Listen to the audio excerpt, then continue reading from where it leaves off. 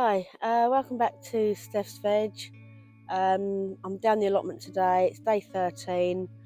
I haven't put on a video for day 12 because yesterday I sowed some seeds and I was going to do a video, but my neighbours have got some building work going and it's a bit noisy and you wouldn't have heard anything I was saying, so I'll show you later those.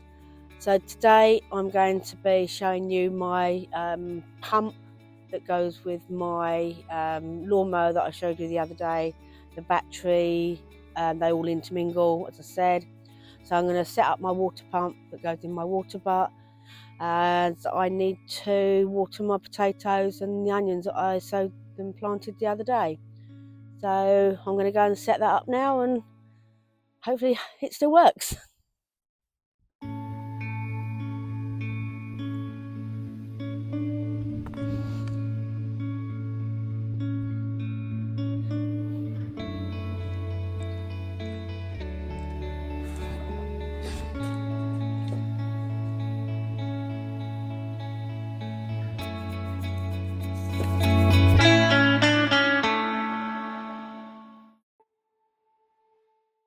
Okay, so this is the Bosch pump for my water butt.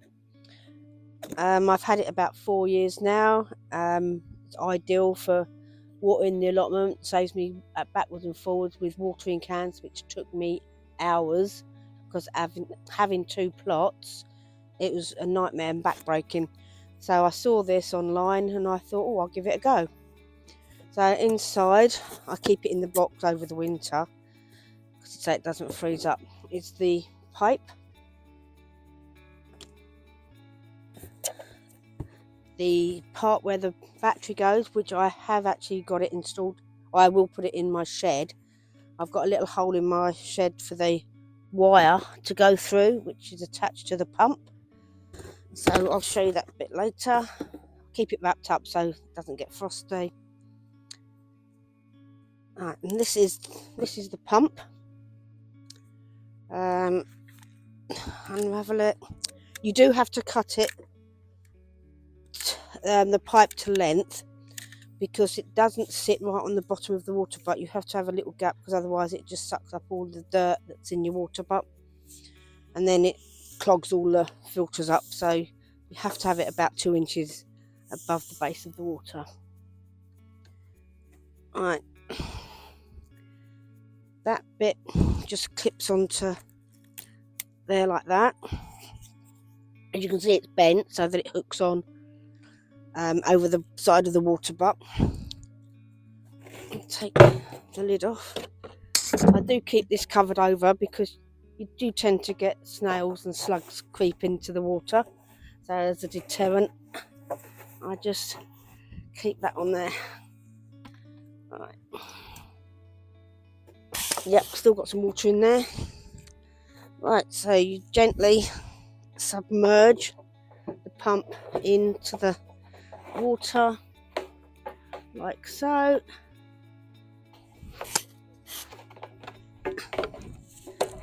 Getting caught up with the wire.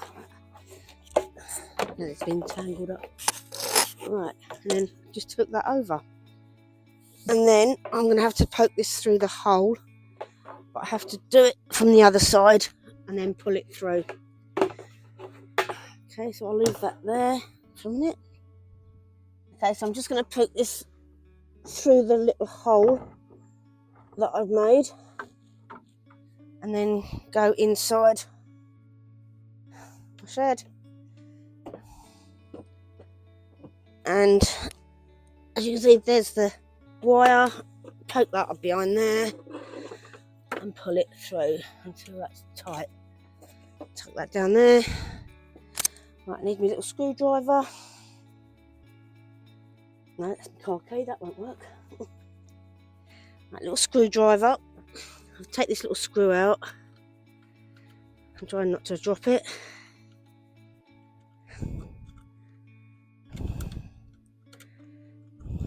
It's fiddly.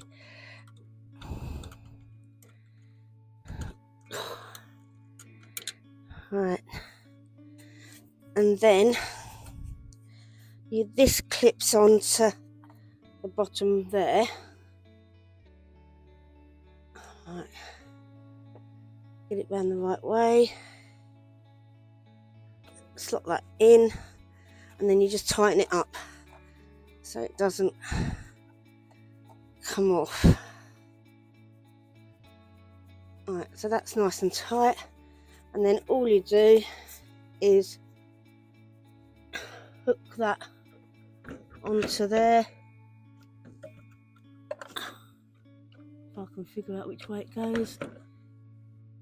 Oh yeah, clip that on the top, clip that on there till it clicks, and then with your screw try and find the hole again.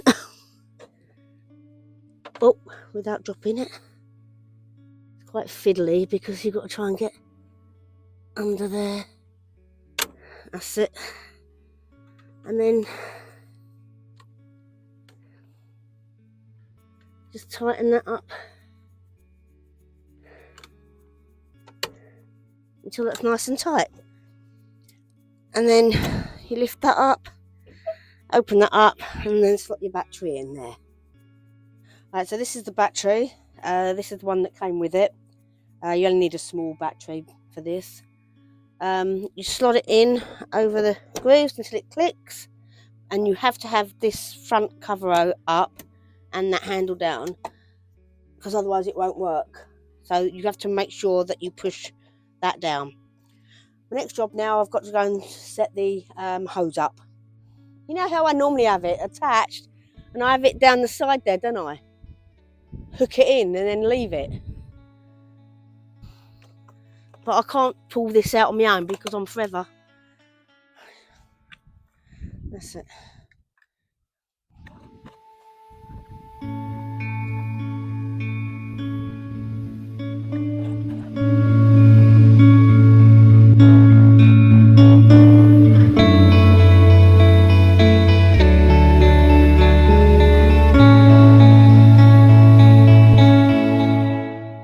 Okay, so I've got my hose. I've got a long hose so that it reaches both allotments, plots, and then I can attach it to the tap, so then I can fill my water butt up from the other end. So I've got this on both ends. This then just clips onto there. You have to make sure it's on, because otherwise I have known it to come off and soaked myself. So that's on, that's clipped. And then the other end, I'll just put my spray gun.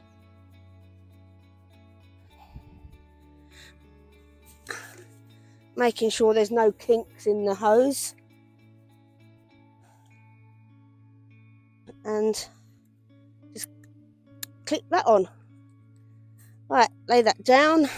Make sure it's not on while I go and turn my pump on with the battery, which you just push a button down.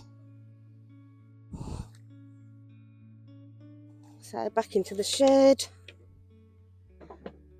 On the top of here, there's an on button, off button. So just press that down, the green light comes on, and you can hear the pump starting to work. Okay, and then back outside, pick up the hose.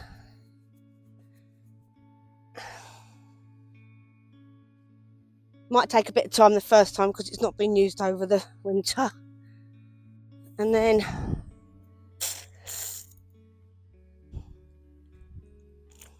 it's going to take a bit of time to come through the pipe.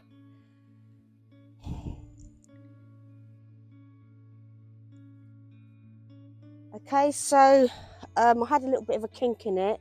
That's why it wasn't working properly. You have to make sure that you don't have any kinks in your hose.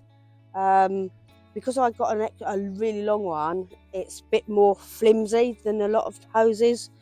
So I just have to make sure there's no kinks in it. So this is the, I've got it on flat at the moment. So hopefully, there we go. So I'm just going to give my potatoes a soak in. A lot less effort and time. One other thing I did notice when I was using the water in cans, I seem to use a lot more water than what I do now with the hose. So I got a 210 litre water butt, and when I've got everything in the allotment, I very rarely use the whole one, probably half of that. So to water 2 plots, I'm probably only using just over 100 litres of water. Whereas with the watering cans, 5 litre watering can, I could be backwards and forwards 20-30 times. So you work that out. Another bonus to having a water pump in my water butt, I can't actually use a hose from the main tap to water. You can only use it with a hose to fill your water butts up. And also, it's ideal for people that are less able to carry watering cans, as they do become heavy and backbreaking after a while. So this, as you can see, I've literally nearly finished watering my potatoes, and that's what taken me 5 minutes, probably not even that. So I'm just going to give it a good soak as it's warm weather, and taking me next to no time.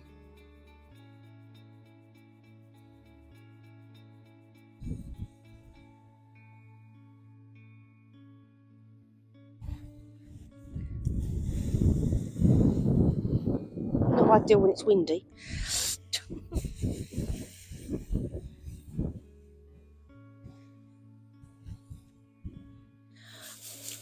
Another advantage of having the hose as well, I don't have to go into my fruit cage to water. I can just do it from the outside. It just saves a lot of time, in and out with watering cans in next to no time.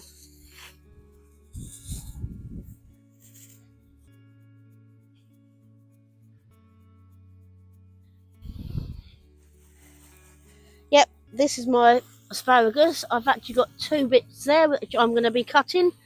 First picking of the season. I do like asparagus. Okay, so that's all the watering done. Literally, I know I've only got a few little bits in at the moment, but that was like minutes. So I'm so impressed with this pump. I wouldn't be without it now. Okay, so make sure once you've finished, you turn your pump off, because otherwise you're just going to run the battery out and it could burn the pump out if you're not using it. So I'm just going to go and turn it off. Okay, so I'm going to turn it off now. You do get a little red light that tells you when the battery's dead or on its way out. So I'm going to turn it off, unhook that, open that, and to remove the battery you just press that little red button down and lift up, and there we go, done. Okay, so then I'll take this home, charge it up so it's ready for next time.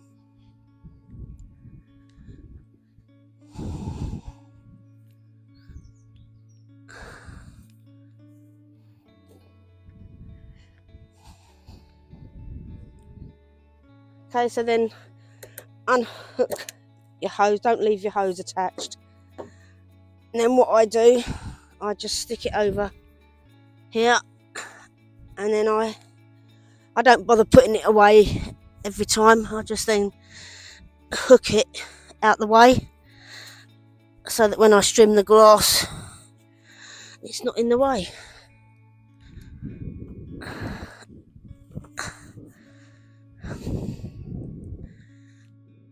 Okay, and this is where it's going to stay now for the rest of the summer, so I don't have to keep getting it in and out of the shed. So there we go, that's where it stays.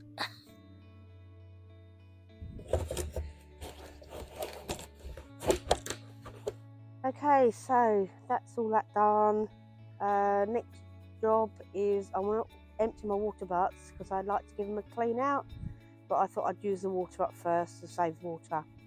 And also I want to turn over my compost heap so that it starts decomposing. This one's doing nicely, so I can start adding more to this one. My garlics are still looking nice and lush, coming up nicely. The shallots are coming through a lot better now. As you can see, they're starting to really come through now. And my potatoes, best of all, where I didn't have to dig the big trench and I used my auger on my drill, as in previous videos that I've done for YouTube. As you can see, they're starting to sprout through. So this idea of having to dig trenches, I think, this is the new way. Just get a big auger that goes into your drill and plant your potato, rake it over into a mound, and they will still pop through. So also I've got a couple of bits of asparagus which I'm going to cut in a minute. First cropping. So thanks for watching Steph's Veg. Please like and subscribe, and I'll see you again soon.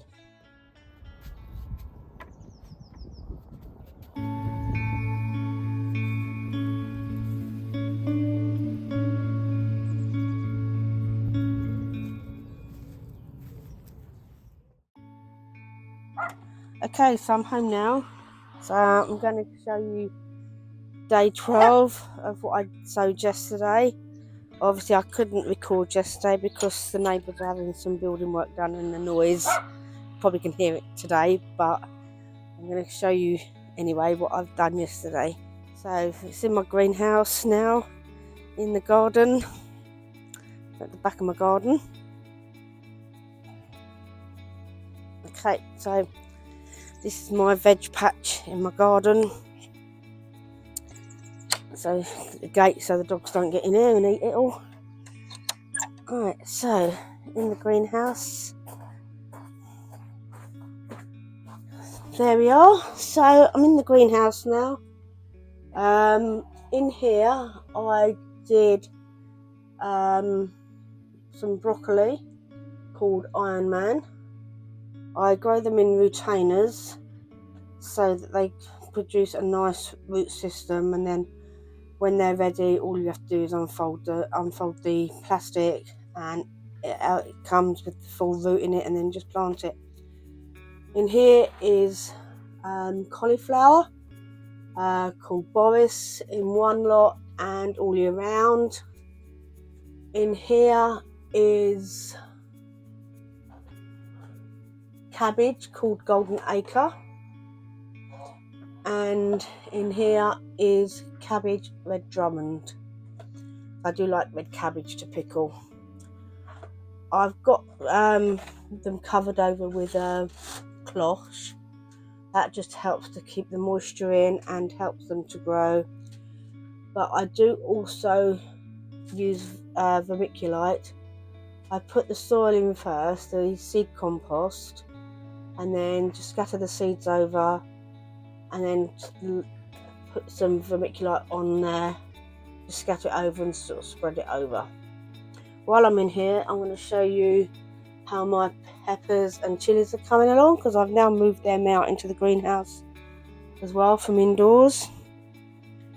They're actually doing nicely, getting quite big, so I'm well pleased with them. And this is the seed compost that I use. It's Levington Advanced Seed and Modular. I've used this now for about 4 or 5 years, and I've never had any problems with it at all. I think it's brilliant. Right, I'm just going to show you the outside. My strawberries are coming along nicely. I've got nothing else really in here at the moment, but I've got asparagus growing in here as well. I don't know if you can see. There we go. But these aren't quite tall enough yet.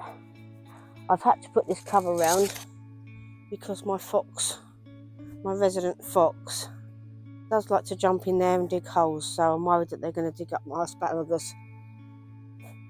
So this is my plot, well, my garden growing area. Raspberries at the back there, and all my raised beds. These have appeared from last year. I've no idea what they are. I think they're some kind of onion, but we'll see. I've left them in there to see what happens. So yes, so this is my veg plot in my garden. Also, I'm just going to show you how my peas are coming along. They've actually come up really quick, considering I only sowed these the other day. And then my aubergines are doing nicely. I'll soon be ready to, another week or so, repot them. My red onions don't seem to be doing a lot at the moment. I've got one come through. So hopefully more will start shooting up soon. And these are my white-brown onions, white-brown. So hopefully these will be ready to plant out soon once they get a little bit bigger. Anyway, once again, thanks for watching Steph's Veg, and catch up with you soon.